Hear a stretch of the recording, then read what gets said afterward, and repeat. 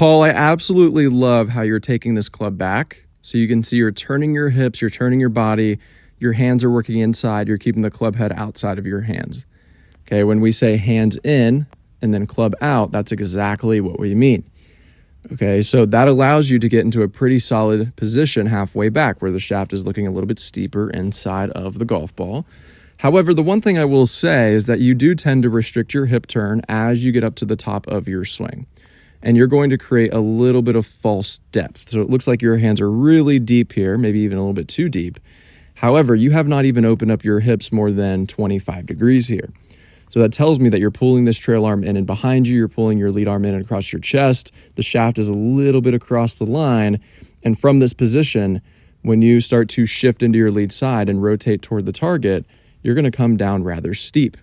Okay, where the shaft is now looking inside of the golf ball, you're coming down on top of the original plane. So from this steep position, Paul, you have two options. Option number one is to continue to release and rotate, swing way to the right and hit the giant pull slice. Okay, you don't want to do that. So what you're going to do instead, option number two, is move your head back, move your hips in towards the ball and start to extend to get the club back down onto the plane. That's exactly what you're going to do. You can see that there. So this allows you to get the club back down onto the plane late, but you're going to stand up and out of your posture. You're going to throw this trail arm, trail hand, and chicken wing through. Okay, so what I want you to do is I want you to scoot a little bit further away from the ball, bend further over at the waist. I want you to go up to a wall in your house. And ideally, at the top of your swing, the back of your trail arm and trail hand wouldn't go through the wall. It would be resting just up against the wall.